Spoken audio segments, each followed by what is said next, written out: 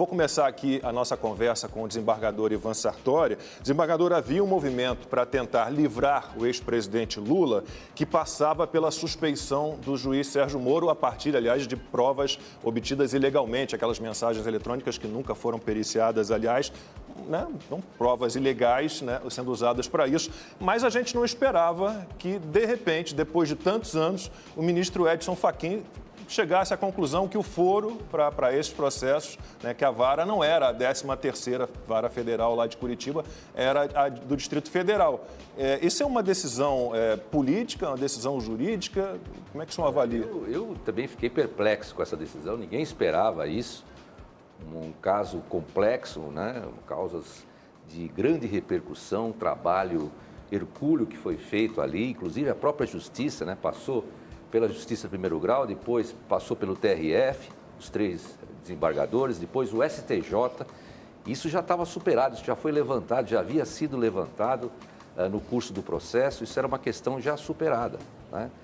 Eu vejo que o ministro Fachin realmente ele lançou uma decisão completamente extravagante, completamente fora de contexto, mesmo porque, pelo próprio regimento interno, a importância do caso recomendava que ele fosse levado ao plenário. O artigo 21.11 do regimento interno do Supremo Tribunal Federal diz exatamente isso.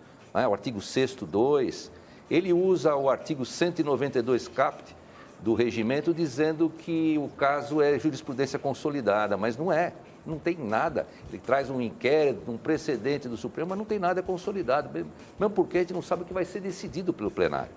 Então, ele não poderia jamais dar essa decisão monocrática. Isso realmente é um duro golpe no combate à corrupção, é um duro golpe, me parece, com devida vênia, com respeito à democracia, né? E eu realmente, como brasileiro, me sinto bastante desprestigiado, bastante envergonhado, porque nós vamos ter reflexos aí. E aquela suspeição era uma coisa mais abrangente, né? Porque se considerasse suspeito o juiz Sérgio Moro, aí nós teríamos uma abrangência de tal forma que poderia ser anulado absolutamente tudo, né?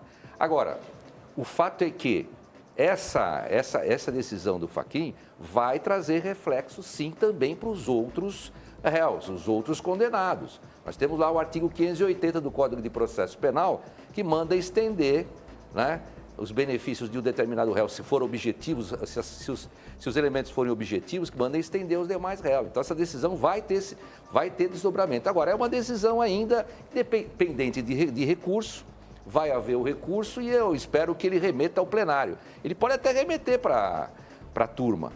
Isso não está livre aqui pelo regimento, porque fica a critério, inclusive tem um precedente do Supremo que fica a critério do relator mandar para o plenário. Mas eu acredito que ele vai mandar para o plenário. Aliás, ele já havia mandado para o plenário. E houve ali uns embargos de declaração e, no final das contas, com 4, 5 linhas, ele entendeu que realmente não era caso de mandar para o plenário.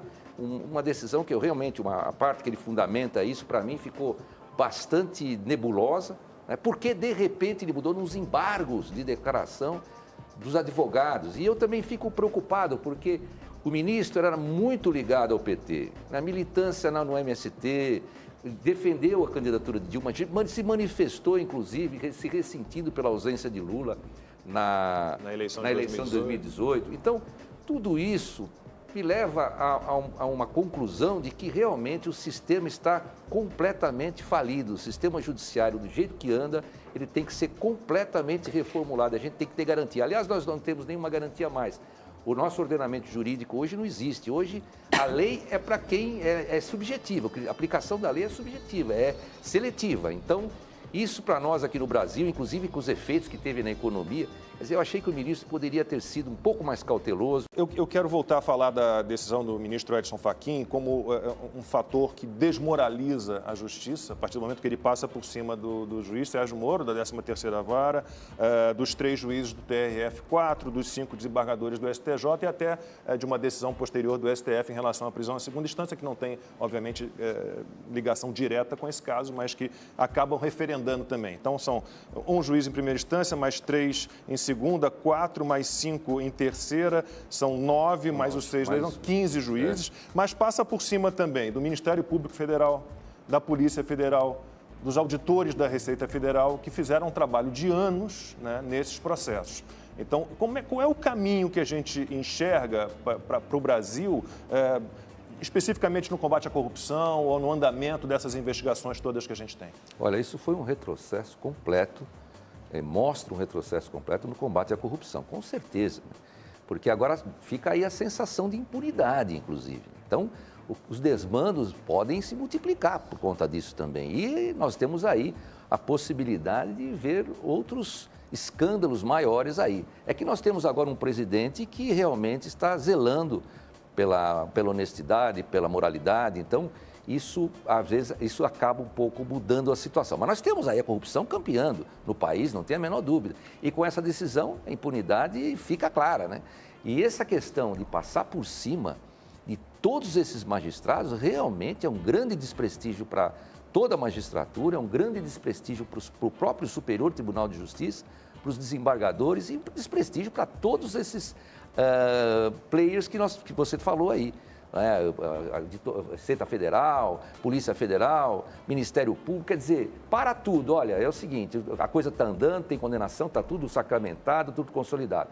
Não, de repente, para tudo, que isso não existe mais nada, o jogo está zerado. Quer dizer, não tem sentido uma coisa dessa por uma pessoa, um ministro do Supremo, que é indicado justamente pelo PT, que é indicado justamente pelo sistema da esquerda. Então, é complicado. E essa decisão de Nopino, né, uma decisão que veio aí inesperadamente, essa decisão realmente mostra que ele não quer salvar. A intenção não é salvar Lava Jato. A intenção é realmente devolver o Lula ao jogo político. Essa é a intenção, ao meu ver, com todo o respeito. Não vou me imiscuir aí no íntimo do ministro, respeito o seu trabalho, mas eu acho que isso realmente causa muita perplexidade a todos nós e dificulta bastante a vida do país, a vida econômica, a situação econômica, a vida do cidadão. O cidadão se sente desprestigiado. Aliás, o brasileiro se sente desprestigiado. Eu me senti desprestigiado. Todos nós estamos nos sentindo desprestigiados de ver um sistema de justiça que se comporta dessa forma. A rigor, o relator, né, dessa suspeição, que é o Gilmar Mendes, ele deveria suspender esse feito por hora até que o plenário julgue o recurso da Procuradoria, a Procuradoria já anunciou que vai entrar com esse recurso. Isso seria a situação, porque se julgar definitivamente, se for mantida definitivamente a decisão do ministro Fachin, se ela vier a ser mantida, aí fica mesmo prejudicada a suspeição, não tem mais o que falar em suspeição. Essa suspeição, na verdade, também, se nós analisarmos, ela não deixa de ser também uma forma de atacar o âmago da Lava Jato contra o seu representante principal, contra o seu protagonista, contra aquele que fez o trabalho realmente progredir, que é o juiz Sérgio Moro. Então, essa suspeição praticamente, me parece que é uma coisa que para atacar realmente o ministro Sérgio Moro. Agora, ela não vai caminhar se o Supremo, no seu plenário, decidir que essa decisão do ministro Edson Fachin tem que ser mantida. Agora, eu repito, tanto essa decisão do ministro Fachin como a suspeição vão ter os mesmos efeitos. As provas continuam, toda a apuração continua, só que ainda tem que receber a denúncia, o juiz vai verificar se vai manter, se não vai manter essas provas, né? E a gente vai verificar, inclusive, que no caso do Fachin, artigo 580 do Código de Processo Penal, extensão aos demais réus do que ele decidiu aí, mesmo porque é uma circunstância objetiva, a falta de competência. A suspeição teria o mesmo efeito, só que teria um efeito também político, né?